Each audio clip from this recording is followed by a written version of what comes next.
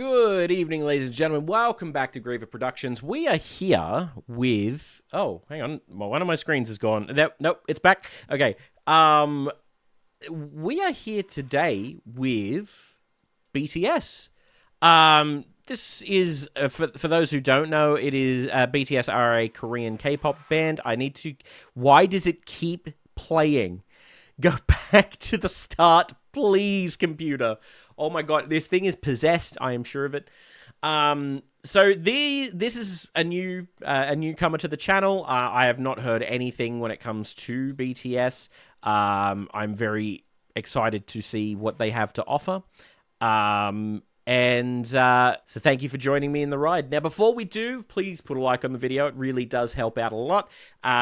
We have our merch site in the description below, as well as a link to our Discord, should you wish to join in the conversations there. But for the newcomers to this channel, please do keep in mind, I do like to pause the videos relatively frequently so that I can break down the voices and what we are seeing and what we are hearing. Being part of a vocal coach, this is what I tend to do, right? All right, so let's give this a listen. So this song is called The Truth Untold. This seemed to be the one that, when people were advising BTS to me, this is the one that came up the most. So this is why I decided to start here. And let's give them a listen.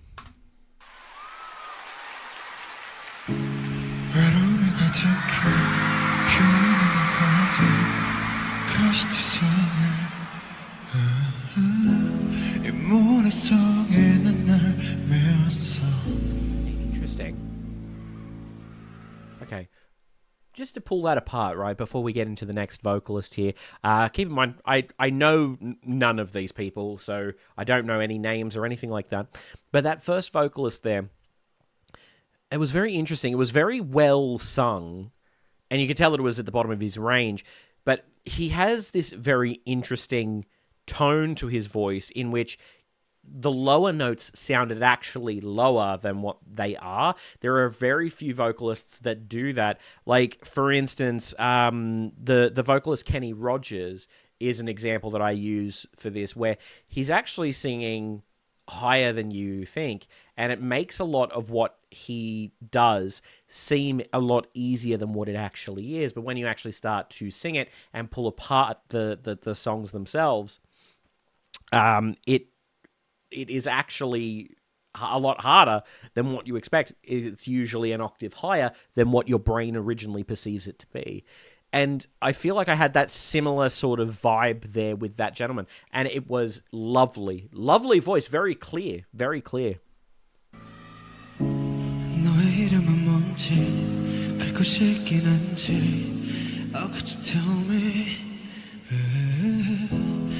정원에 숨어든 널 봤어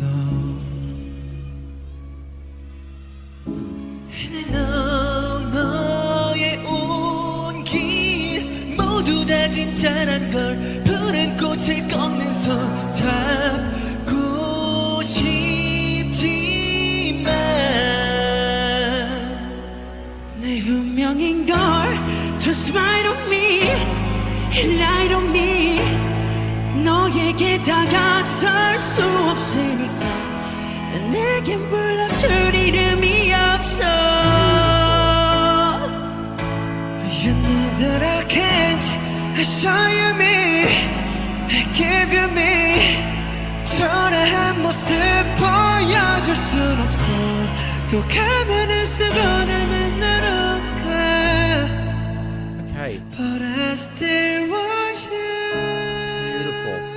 Beautiful. All right, I'm going to pause it there for a minute, right? So something that I love, right, is that when it comes to a lot of like your kind of typical boy bands, right, they find voices, and I believe it's just the four of these guys, but they'll find like four boys that all have the same voice, and you can't tell them apart 9 times out of 10. I actually like that in this particular case, it's not that at all. What we're hearing here are 4 very different stylistic voices, and they're kind of leaning into what voices they have, which is really lovely to see, rather than your kind of carbon copy boy band crap, right? This is actually really lovely, and all four of these guys have very lovely voices.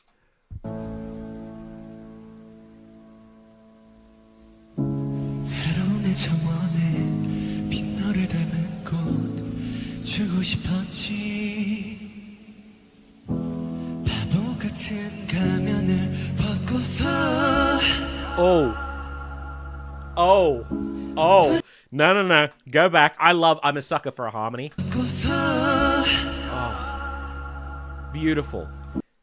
The key with harmony, making sure that every the intonation and every note is moved at the same pace, and that was perfect. That was so spot on. It almost seemed recorded, like pre-recorded. I know it's not. You can tell that it's definitely not, but it almost was so perfect that you could think it was.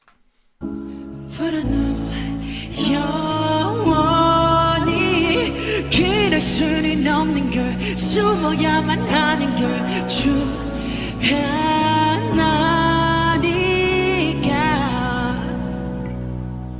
난 두려운 걸 초라해 I'm so afraid 결국엔 너도 날 또 떠나버릴까 또 가면을 쓰고 널 만나러 가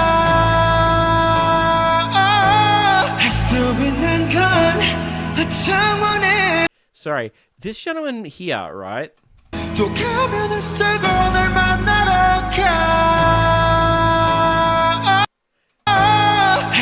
Okay, there's something really interesting about his voice that I really like. Whereas the rest of them have, like, your sort of, I don't want to say standard. That makes it sound like I'm saying it's not good. But so what happens when we sing is most people have this kind of standard shape to the back of their mouth when it opens up, right? And it kind of looks like that, the way that the breath kind of goes.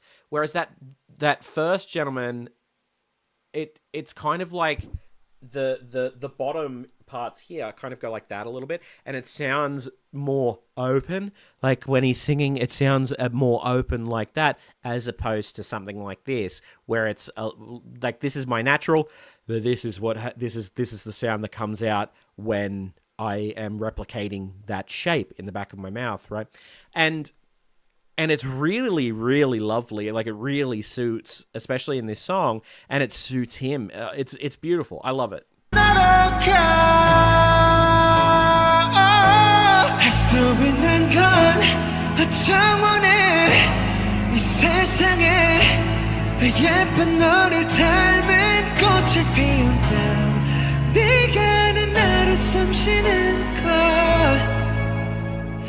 I still want you.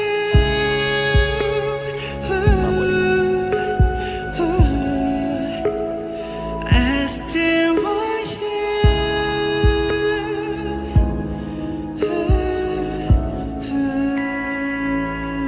어쩌면 그때 조금만 이만큼만 용기 내서 너의 앞에서 떠나면 또 달라졌을까 널 보고 있어 사라진 무너진 홀로 남겨진 이 모래성에서 없어진 가면을 바라보면서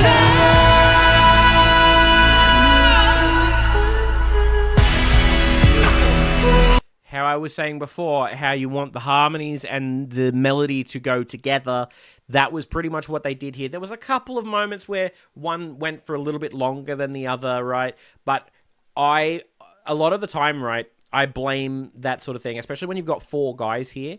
Having harmonies like this and staying in key and in tune and on time with all four is so difficult, especially with those in-ears. In-ears technically are there to make it so that you can hear yourself, right? But if the mix is bad And 9 times out of 10, when I've used them, whoever has been operating the ears has changed it for whatever reason between rehearsals and the actual performance themselves. Because, like, my thing is, right, if nothing else, if I'm singing with somebody, give me the other person and give me the keys, give me the keyboard, right?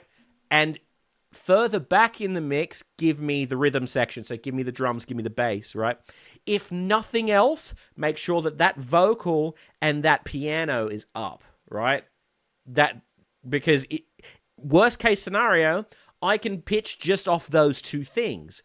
However, it's always been fine during rehearsals, and then when it comes to the actual performance itself, something gets changed, and then you'll have like the bass booming in your head or something, and it's like, oh, for God's sake. So having all four voices in the in-ears at a perfect level is almost impossible, right? It's really, really difficult. Also, we don't know what they're pitching off as well. So I'm getting back to my main point here. I promise.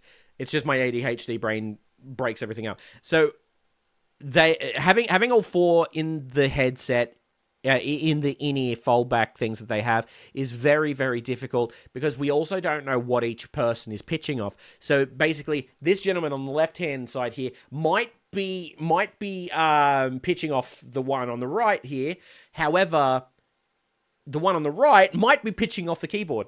You don't know, right? That might be how they do it, or it might be the easier way to do it so that they can actually hear their note. Who knows? So maintaining all four voices in unison in these scenarios, super hard, and a lot of people don't realize just how hard it is. They're doing a fantastic job. Pardon me.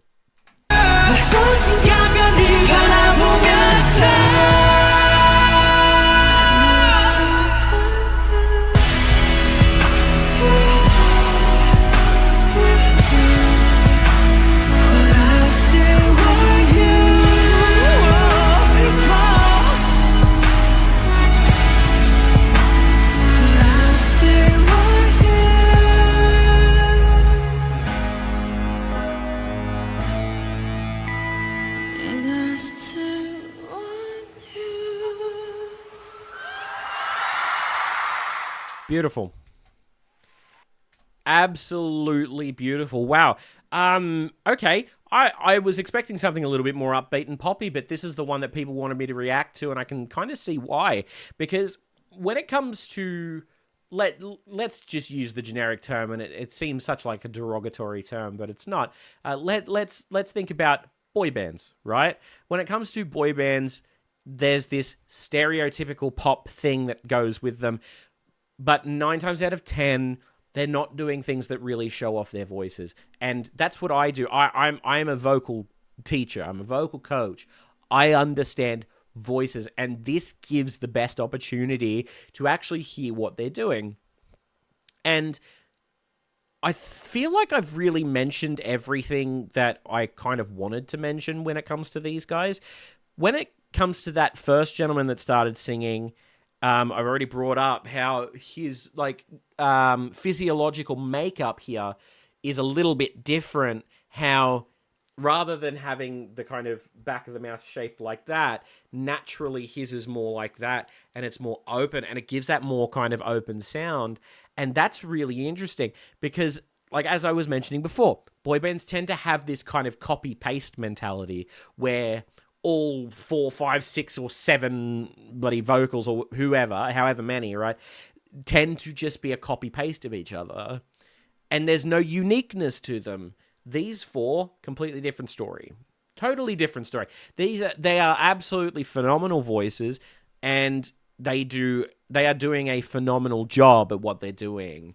And, man, what a beautiful song. Honestly. Like, really, really nicely done, really nicely sung, really nicely put together. I don't know if it's them that write their songs or if it's someone behind the scenes, but whoever did that really knew how to get them to show their voices off, which is what you want. Like, you don't want to just do generic things. You want your voice to be able to shine in what you're singing. And truth be told, I don't see anything wrong with anything they've done. They did a fantastic job. So on that note, there's not much else to say. So like a favorite if you enjoyed, subscribe, do all that sort of thing, and I'll see you next time. All right, bye for now.